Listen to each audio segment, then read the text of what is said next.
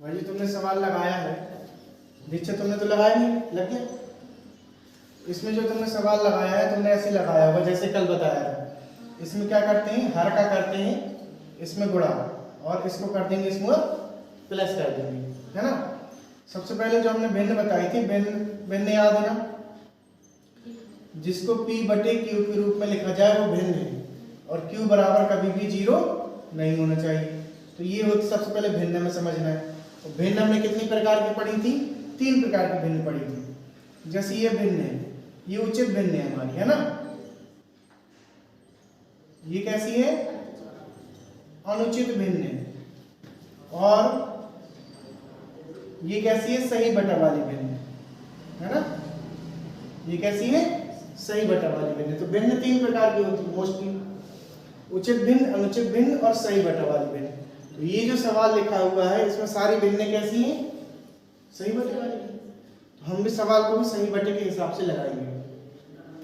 अब ये जो सवाल तुमने लगाया है इसमें क्या किया है, हर का पहले इसमें सही बटे, जो सही बटे की संख्या जो लिखी है इसमें सही बटे वाली संख्या 5 है, 6 है और 3 है। इसमें क्या किया जाता है, हर का इसमें गुणा करेंगे और इस फिर जो भी आएगा तो इसमें 2 में जोड़ा जाएगा, ठीक है। ये अभी नहीं करना, अभी एलसीएम नहीं लिया है, जब एलसीएम लेंगे तब जोड़ा जाएगा। अभी तो ये वाली भिन्न है ना। सबसे पहले हमें इस भिन्न को इस भिन्न में बदलना है। ये सही बटे वाली भिन्न को किस में बदलना है, उचित भिन्न में बदलना है, नॉर्मल भिन्न में बदलना है, ठीक है। उसके बाद इसको सॉल्व करना है, बाद में एलसीएम लेंगे। तो ये जो सवाल है इसका किया 3 × 5 = 15, 15 × 2 = 17 बटे 3, ठीक है। फिर ये आएगा 7 × 4 = 42, 43 बटे 7 प्लस 3 × 2 = 6, 7, 7 बटे 2, ये आ गया। अब इसका लेंगे एलसीएम। एलसीएम कितना आएगा, 7 × 3 = 21, ठीक है, और 21 × 2 = 42।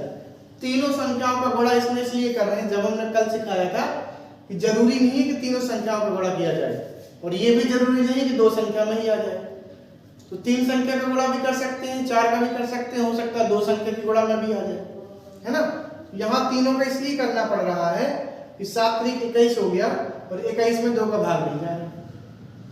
यहाँ जो संख्या लिखी जाती है उसमें तीनों हरों का भाग जाना चाहिए, है ना। इसका भी और इसका भी। 7 × 3 = 21, 21 × 2 = 42, 7 का भाग 42 में चला जाएगा। 7 का पहाड़ा पर 7 3 का पहाड़ा 3 से 42 नहीं कटेगा, कट जाएगा। 42 3 से कट जाता है, कट जाएगा ना। 42 3 से कटेगा, 3 से कटा ये एक बार, एक हासिल बचेगी, तो यहाँ पे 12 हो जाएगा। 3 × 4 = 12, 14 बार कटेगा, ठीक है। तो ये यहाँ पे जो संख्या आती है हमें यही चेक करना है कि तीनों कट रही कि नहीं कट रही। ये आया यहाँ पर हमारा 42 आया, ठीक। अब 3 का भाग दो, 42 में कितनी बार गया था, 14 बार। 14 का पहाड़ा पढ़ना है 17 में, भाई 14 का गुणा करोगे ना 17 में तो कितना आएगा, बिल्कुल भाई 3 का जब भाग दिया तुमने 42 में तो 14 आया। अब इस 14 को तुम्हें 17 में भाग देना पड़ेगा ना। तो सीधा देखो ऐसे कर लिया करो, सिंपल ट्रिक बताते हैं। 17 का तुम्हें गुणा करना है किसमें, 14 में। तो एक बार ऐसा करो, 17 का गुणा 10 में कर लो और एक बार 17 का गुणा 4 में कर लो। 17 था हम 170 और 17 चौके 68, ठीक है। 68 इसमें जोड़ लो, 8 6 2 12 1 13, इसमें जोड़ आ गया 238। ऐसे ही भाग कर सकते हैं, ये भी भाग करने का तरीका है, वो गुणा करने का तरीका है, ठीक है। ये कितना आ जाएगा, 200 और 238 आ जाएगा, है ना। प्लस 7 का पहाड़ भाग दो 42 में, 6 बार गया। अब 6 का पहाड़ा पढ़ो 43 में, कहाँ से, हाँ इसका भाग दिया, इसमें कितनी बार किया? यहाँ तक तो आ गया, आप यहाँ गुणा करेंगे ना, ये वाला यहाँ से ये तो गुणा करने का तरीका है। हाँ, हम चाहे तो 17 का गुणा सीधे 14 में कर ले, लेकिन हमने इसको तोड़ लिया 14 को, एक बार 10 लिख लिया, एक बार 4 लिख लिया। ये गुणा को सरल बनाया है और कुछ नहीं, गुणा ही हुआ भाई। यहाँ से गुणा करने से 200, हाँ, गुणा करने से 238 आ गया। और तुम 17 का गुणा डायरेक्ट 14 में करोगे तो भी 238 आएगा। 238 आ रहा ना? ठीक है। फिर 7 का भाग 2, इसमें 42 में कितनी बार जाएगा? 6 बार, 7 छंग 42। अब 6 का गुणा करो 43 में, 258। ठीक। भाई इसका भी देखो एक तरीका तो हम बता देते हैं। जैसे तुमने दिया 43 का गुणा किया 6 में, वही 7 छंग 42, 6 आया, 6 का गुणा करेंगे 43 में। ठीक है। इसके भी कई तरीका होते हैं, जैसे डायरेक्ट गुणा कर लो तुम, 36 18 की 8 है ना, हासिल 1, 6 चौको 24 से 25, तो ये आ गया 258। तो इसको जैसे एक होता है माइंड में कैलकुलेशन करना, जैसे तुम पेन से नहीं लगाना, माइंड में कैलकुलेशन करना है, तो इसको तोड़ लो, 6 गुणे 10, 6 गुणे 10। ठीक है, ये माइंड कैलकुलेशन के लिए होता है, जैसे तुम्हें कॉपी पेन में नहीं लगाना है। 6 गुणे 10, 6 गुणे 4, 43 है ना, 6 गुणे 3, तो 6 दहम 60, 6 दहम 60, 6 दहम 60, 6 दहम 60, तो 36 18। ठीक, तो इस प्रकार से होता है। 6 चौको 24, 240 ही हो गया, और 18 जोड़ दो 240 ना, 258 हो गए।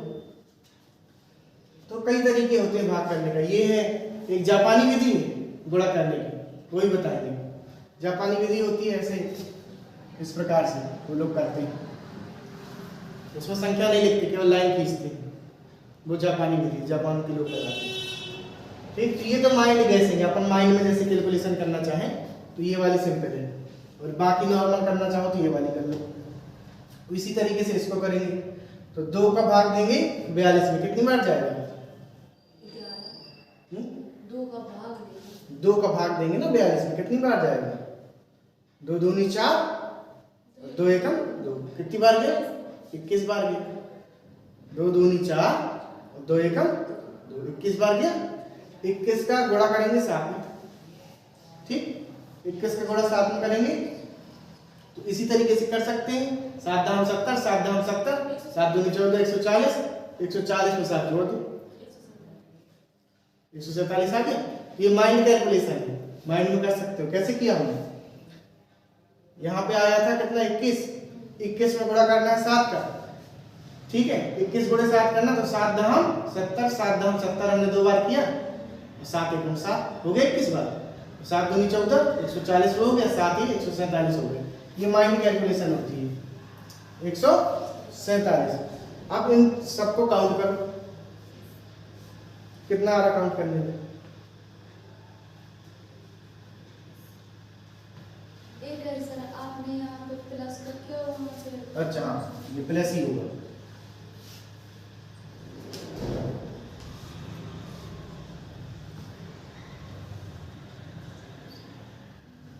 अब इसको जोड़ो,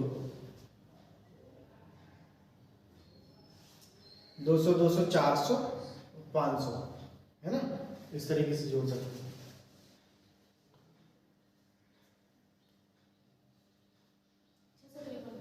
653 653 बटे 42, इतना आ गया।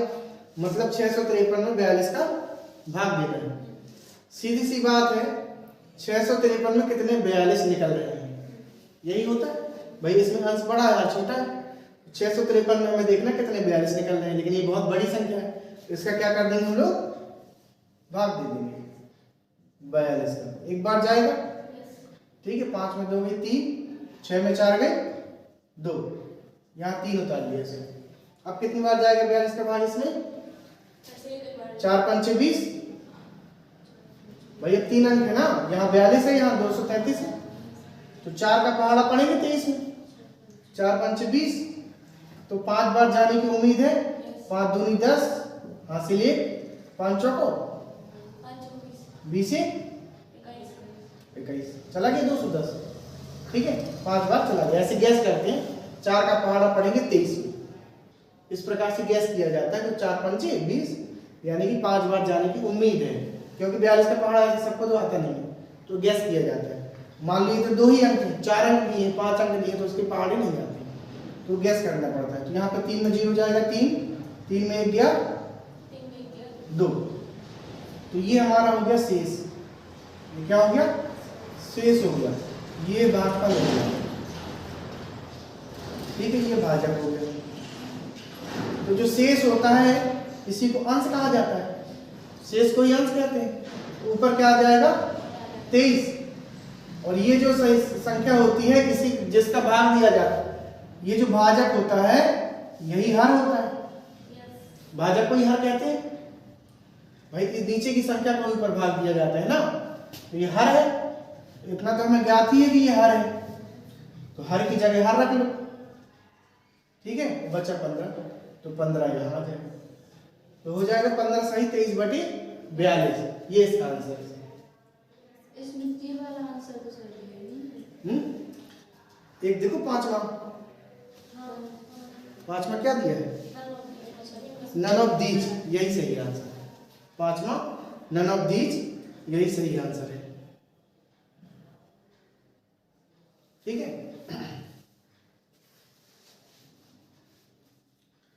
तो ये तो हो गई लॉन्ग मेथड। ये क्या है? Long method. ये बच्चों वाले सवाल है, तो छोटे बच्चे सीखते हैं ना, तो उनको सिखाया जाता है कि ये लगाओ, कैलकुलेशन होती है। ये इतनी सारी कैलकुलेशन क्यों की हमने? ये कि केवल दिमाग को मजबूत करने के लिए। अब बताते हैं एग्जाम वाला सवाल, ठीक है। ये इसको लिख लिया पूरा, लिख।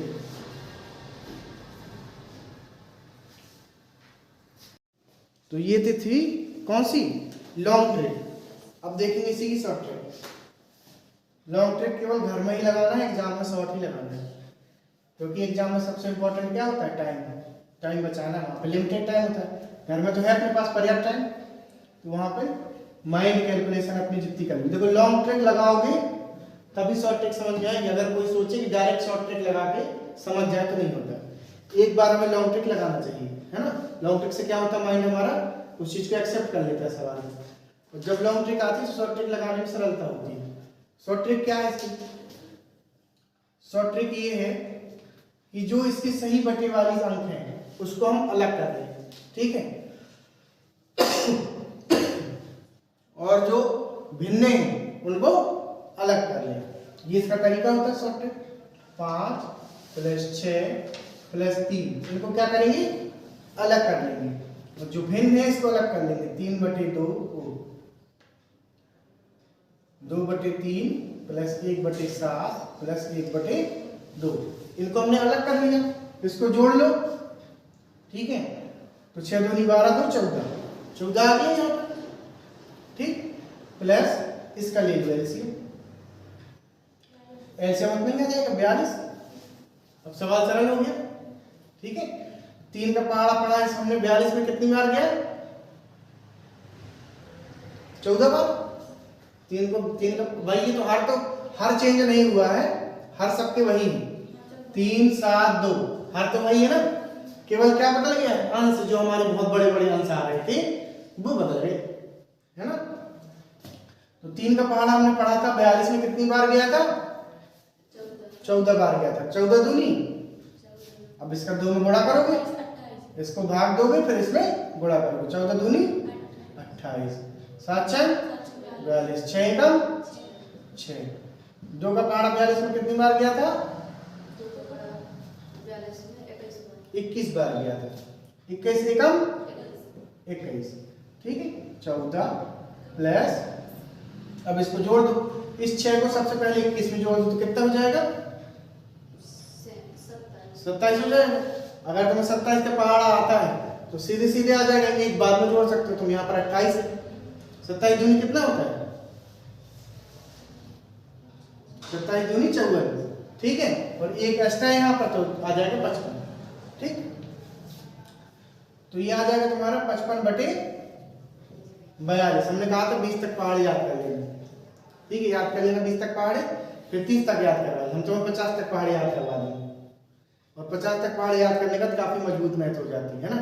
ये भाई जैसे ही मान लो 42 का पहाड़ा, 21 का, 28 का, तो सॉल्व करने में आसानी हो जाएगी, है ना, बार बार पहाड़ ही नहीं करना पड़ेगा। अब इसमें देखो ये भिन्न कैसी है, अनुचित भिन्न है।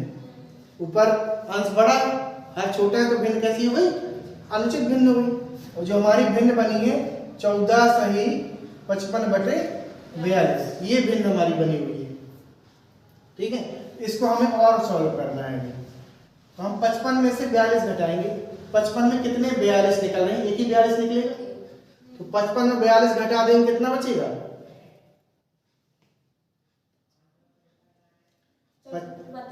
13 बचेगा। ठीक है, तो एक 42 यहां से निकल गया, तो 14 + 1 करेंगे, एक बार 42 निकला तो 1 करेंगे, यहाँ पे आ जाएगा 13/42।